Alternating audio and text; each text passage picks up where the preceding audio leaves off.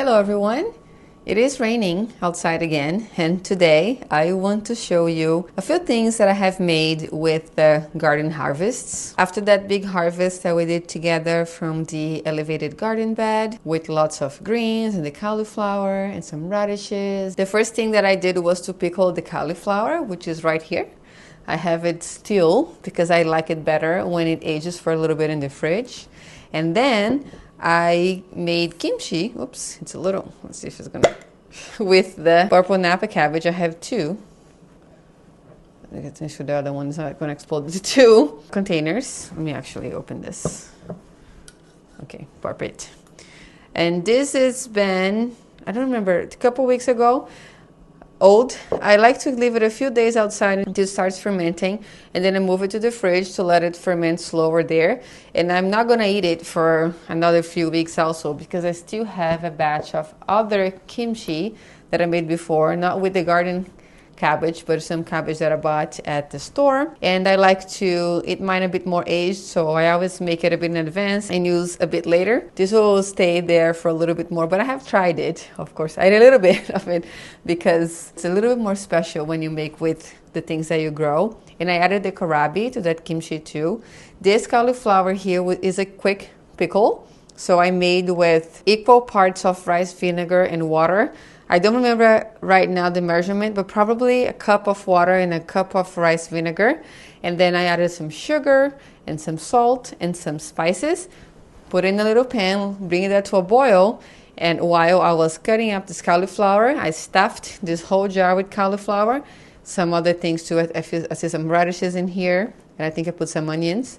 And then I just pour the hot liquid into it, let it cool, and move it to the fridge.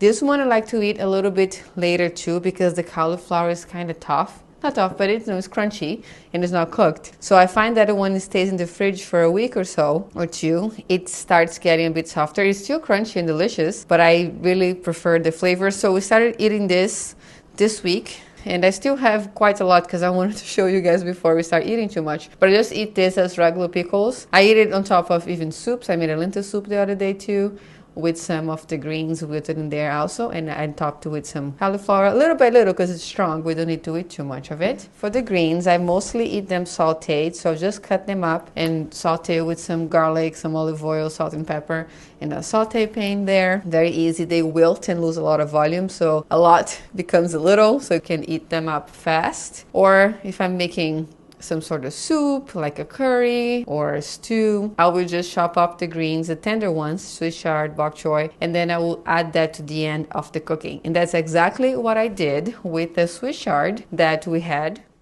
After coming in, when I filmed the last video I posted here, I mentioned that I wanted to make a chicken stew, and this is inspired by a dish called tagine.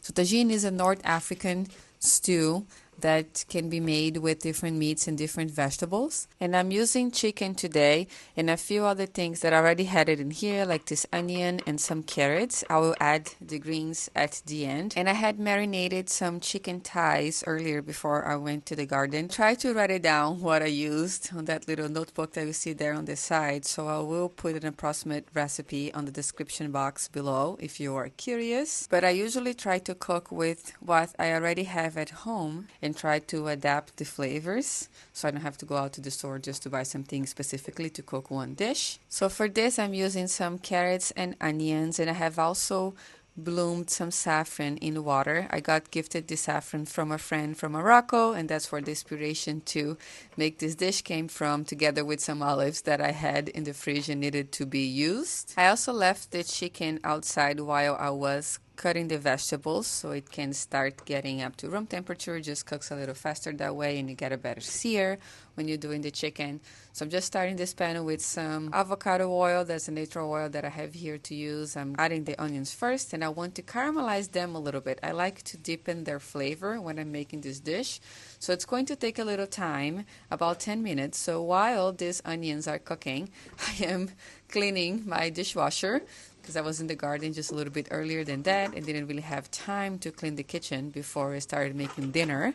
So usually I'll do something that'll take a little longer and stagger my tasks that way. So I knew I had to caramelize this onion, so I would clean the kitchen a little bit and put everything in order before I could add the chicken and start getting that seared too.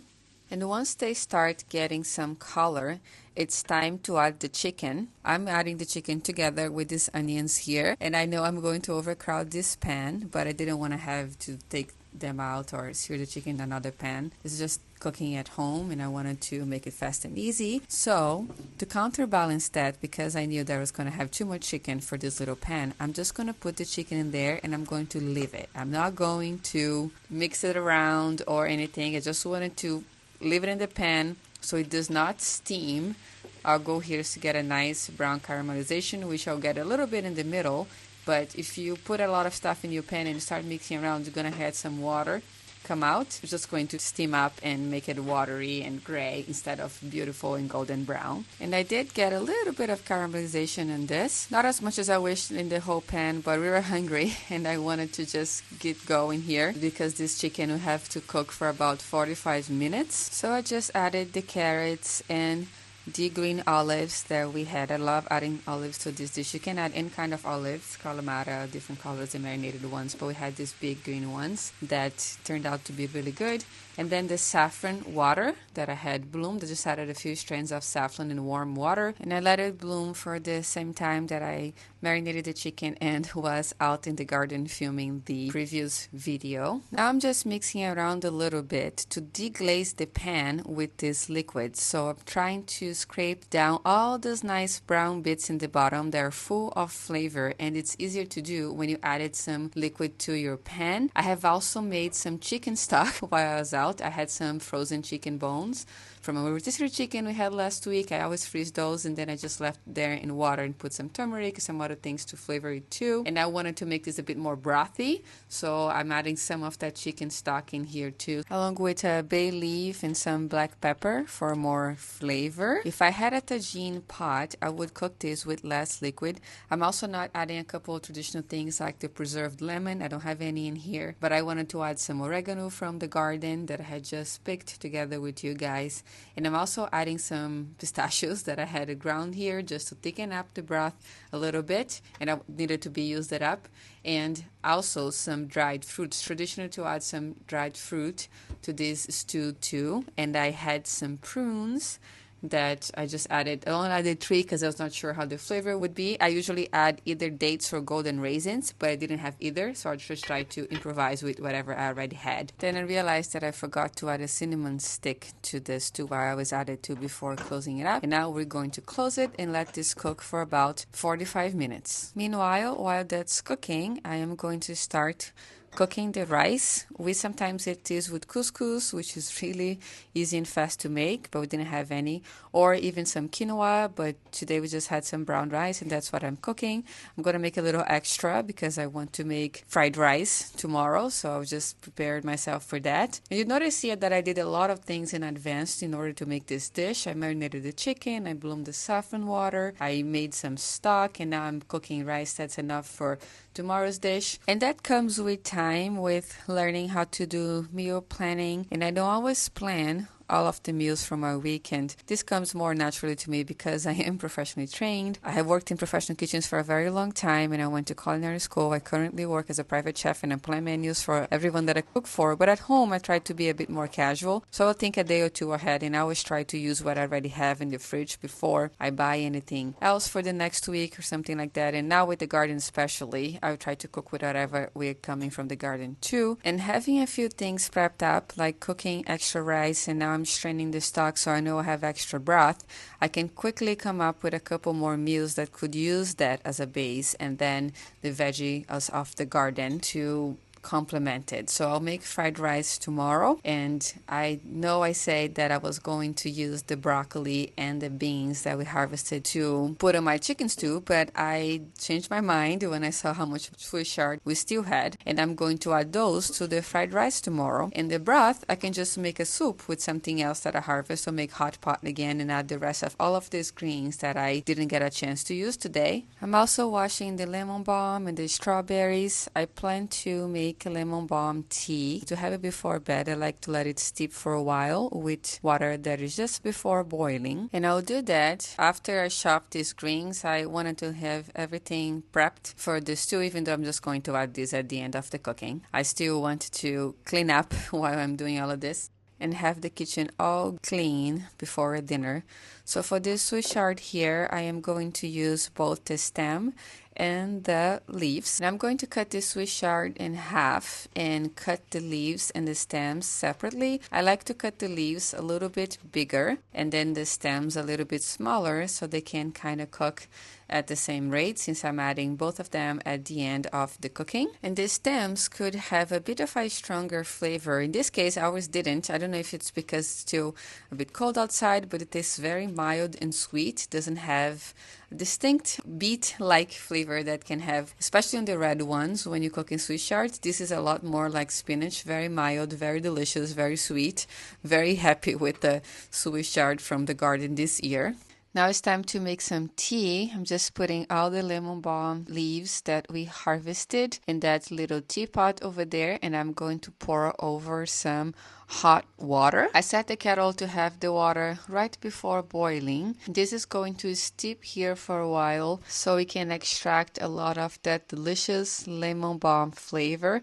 I find that if I put too hot water and steep for a shorter time, the tea turns brown. It doesn't taste as good. If I do this method, it turns bright green and has a lot more flavor to it too. All right, now let's take a look at our chicken. It has been cooking for about 45 minutes and it is time to add the greens. I'm going to cook these greens for only 5 to 10 minutes. Don't need to be cooked for too long, but I do want them to get fully incorporated into the dish.